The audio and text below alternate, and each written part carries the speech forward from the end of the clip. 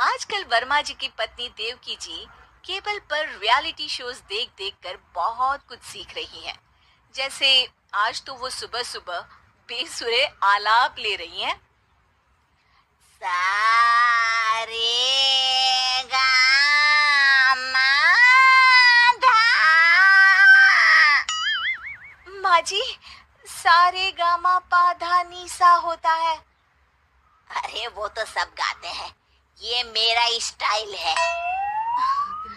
आवाज तो कम कर लीजिए माँ जी, पर्दे फट जाएंगे कान के। ये कहो कि पर्दों में आग लग जाएगी।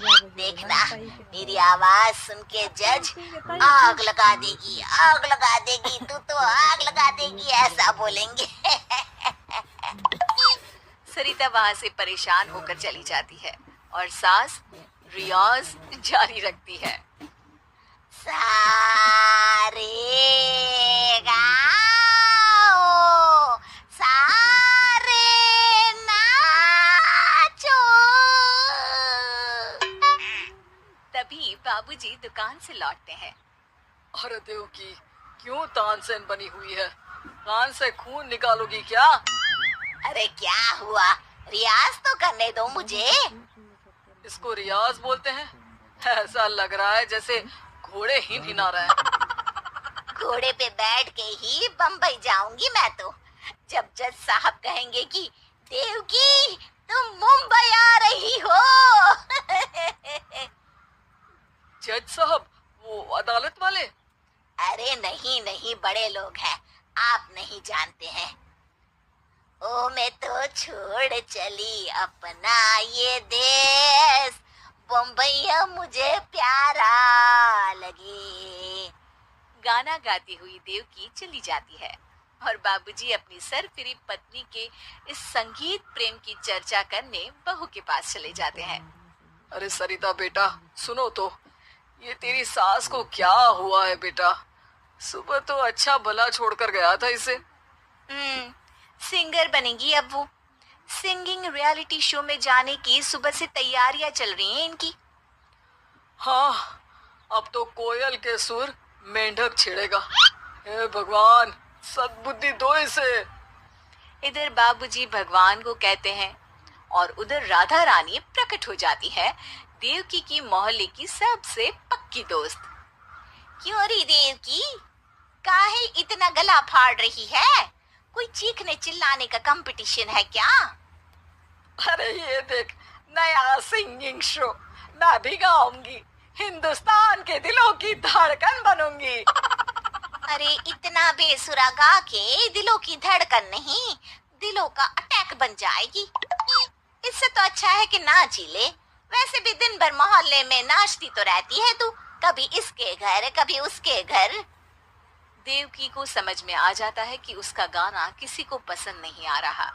अगले दिन सरिता देखती है कि सास पैरों में घुंघरू बांध के नाच रही है। अरे माँ जी, क्या मंजुलिका बनी हुई है आज आप?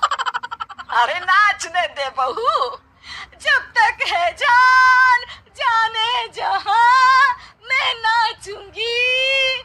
अरे माँ जी, अभी जान निकल जाएगी, इतनी जोर से नाचेंगी तो। अरे अरे क्या कर रही हो? अरे दिख नहीं रहा, डांस कर रही हो। अरे जैसी तुम्हारी हरकत है, तुमको तो नागिन डांस करना चाहिए। वो भी करूंगी, भांगड़ा भी करूंगी, देखना जज मुझे देख के स्टैंडिंग ओवेशन देंगे। हाँ, स्टैंडिंग ओवेशन तो देंगे ही, ताकि खड़े होकर वहां से भाग सके तुम्हारा डांस देखकर। अरे कुछ ढंग की चीज करो, ये रोज क्या नया शुरू कर देती हो?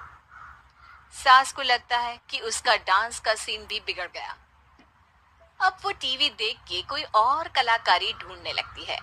तभी उसे टीवी पर खतरों के खतरनाक खिलाड़ी शो दिखता है, जिसमें लोग अलग अलग स्टंट करते हैं।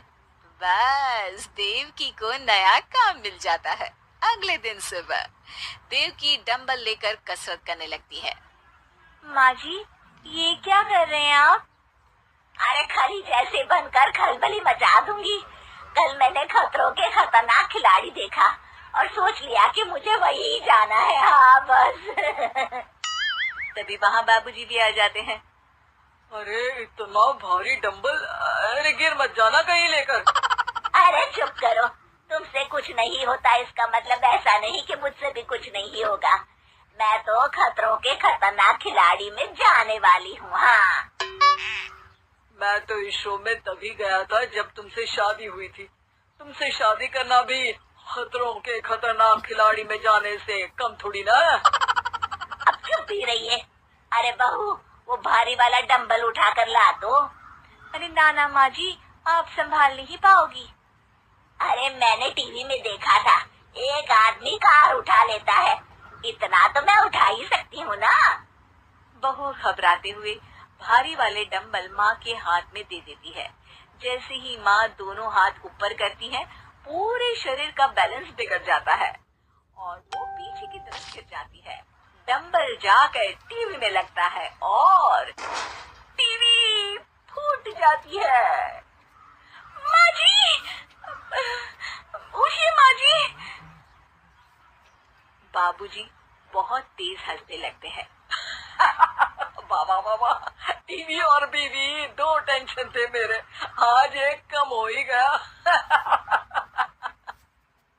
बहू भी सास को उठाते उठाते इस बात पर ताली बजाकर हंसने लगती है और देवकी फिर से गिर जाती है।